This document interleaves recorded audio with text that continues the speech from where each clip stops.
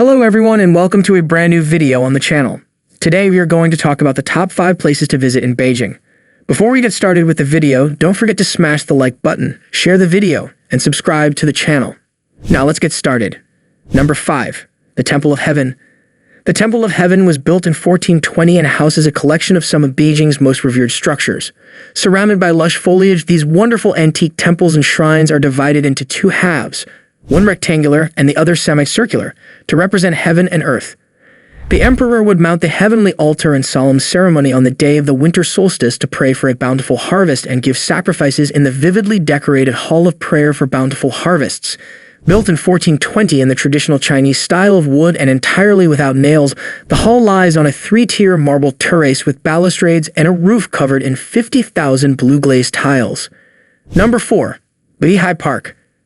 Beijing Park, located near the Imperial Palace, is one of Beijing's oldest surviving imperial gardens. This gorgeous open space, which was laid out at the beginning of the 10th century, derives its name from adjacent Lake Beihai, North Lake, and offers numerous reasons to visit. The round fort, which dates from the Yuan period of 1271 to 1368, and the majestic Hall of Enlightenment are 2 of the park's most important structures.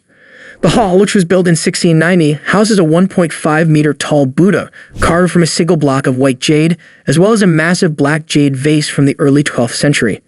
Number 3.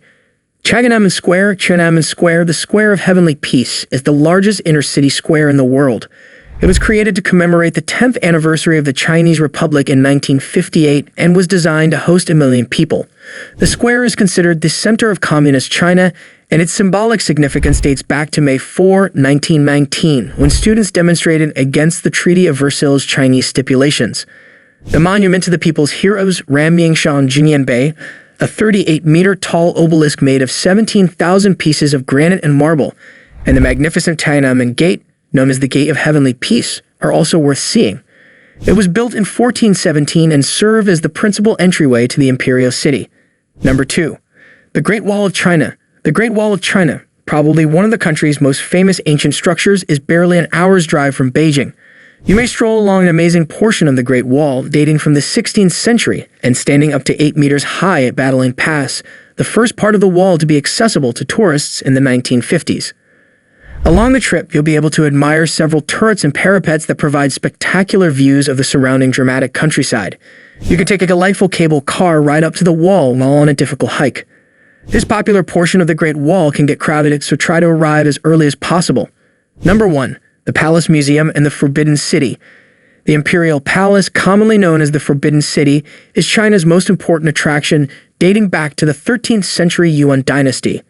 Its enormous size is the result of enlargements made between 1406 and 1420 during the Ming Dynasty, after the capital was moved here from Nanking.